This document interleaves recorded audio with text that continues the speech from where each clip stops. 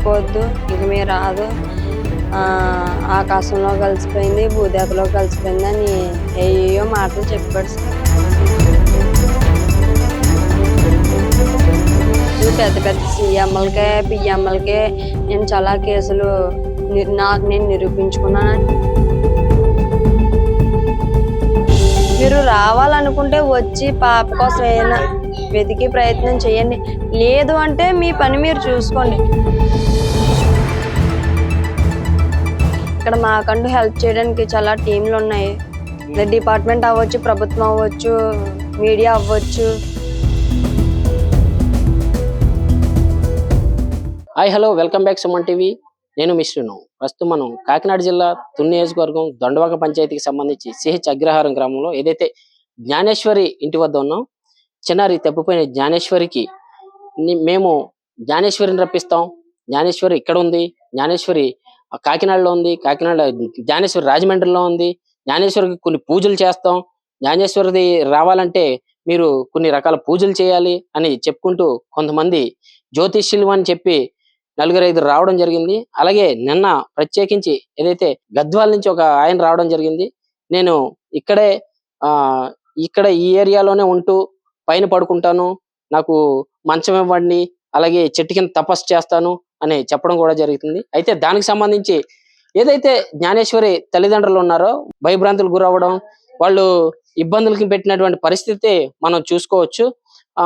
ఎవరైతే జ్ఞానేశ్వరి తల్లి మనతో ఉన్నారు, అయితే 2-3 సార్లు ఇలా రండమ్మా, నాకు అది తీసుకురండి, ఈ పూజకి అవి తీసుకురండి, ఇవి తీసుకురండి అంటే, మీరు ఏదైనా చేసుకునేలా ఉంటే డైరెక్ట్ గా పాపను వెతికే ప్రయత్నాలు ఏమైనా ఉంటే చేయండి, అంతే తప్ప ఇలాంటి బురిడి కొట్టించే పనులు చేయొద్దని చెప్పేసి కూడా ఇక్కడ అందరూ కూడా చెప్పడం జరుగుతుంది. అయితే జ్ఞానేశ్వరి తల్లి మనతో ఉన్నారు, ఒకసారి మాట్లాడదాం. అమ్మ, ఎక్కడి నుంచి వచ్చానని చెప్పాడు, మీకు ఏమేమి చెప్పాడు అతను? గద్వాల నుంచి వచ్చాడండి సార్. పాప ఈ రోజు నేను తపాసు చేసి 1 గంటకల్లా వచ్చేసేలా చేస్తానమ్మా, లేదంటే మా ఇంటి దగ్గర మామిడి చెట్టు ఉంది కదా సార్, అది మాయం చేసేసింది, లేదంటే భూమిలోకి వెళ్ళిపోయింది, పిల్ల చచ్చిపోయింది, పిల్ల ఆచూకీ లేదు, పిల్ల మీద అసలు పెట్టుకోవద్దు, ఇంక మీరు రాదు, ఆకాశంలో కలిసిపోయింది, భూదేవతలో కలిసిపోయింది అని ఏయో మాటలు చెప్పాడు సార్.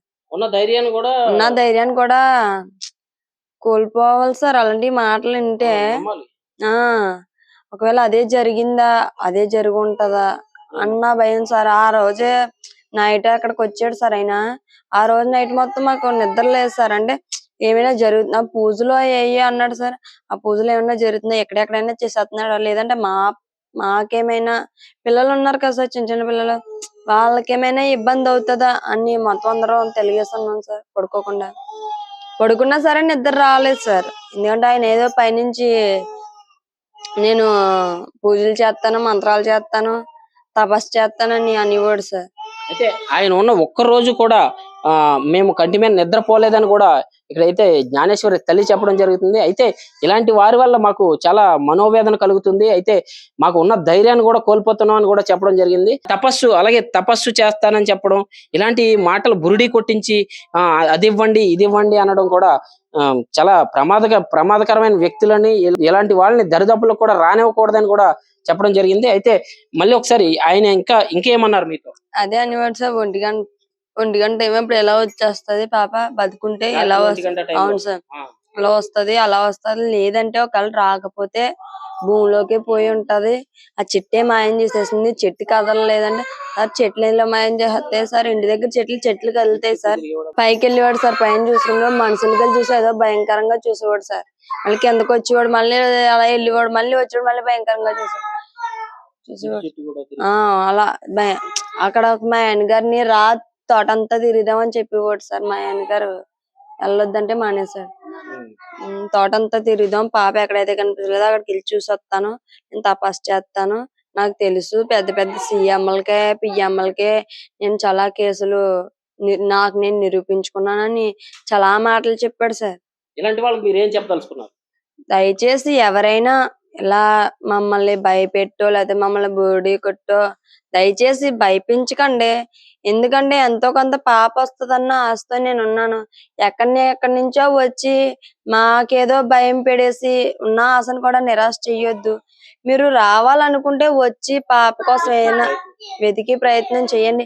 లేదు అంటే మీ పని మీరు చూసుకోండి. ఇక్కడ మాకంటూ హెల్ప్ చేయడానికి చాలా టీంలు ఉన్నాయి. డిపార్ట్మెంట్ అవ్వచ్చు, ప్రభుత్వం అవ్వచ్చు, మీడియా అవ్వచ్చు. వాళ్ళు చేస్తారన్న ధైర్యంతో మేము ఉన్నాం. దయచేసి ఎవరైనా ఇలా మమ్మల్ని భయపెట్టి తప్పుడు ప్రచారాలు ఇచ్చి పాప లేదని అక్కడ పోయింది, ఇది పోయింది, అది పోయింది అని దయచేసి చెప్పొద్దు. ఉన్న ఆశను కూడా నిరాశ చేయొద్దు సార్. నిన్న ఏదైతే పోలీసు వారి దృష్టికి కూడా ఈ విషయం వెళ్ళడం జరిగింది. పోలీసు వారు ఏమన్నారు? స్టేషన్ లో పడతామన్నారు సార్. ఇంకా ఇంటి వరకు ఇలాంటి వాళ్ళు వస్తే రానివ్వకండి అమ్మా. ఒకవేళ వచ్చినా సరే మాకు వెంటనే కంప్లైంట్ చేయండి. వాళ్ళ సంగతి మేము చూసుకుంటామని చెప్పారు సార్. ఎందుకంటే చిన్న చిన్న పిల్లలు ఉన్నారు సార్. వాళ్ళ మాటలు గాని వాళ్ళ చూపులు గాని భయంకరంగా ఉన్నాయి సార్.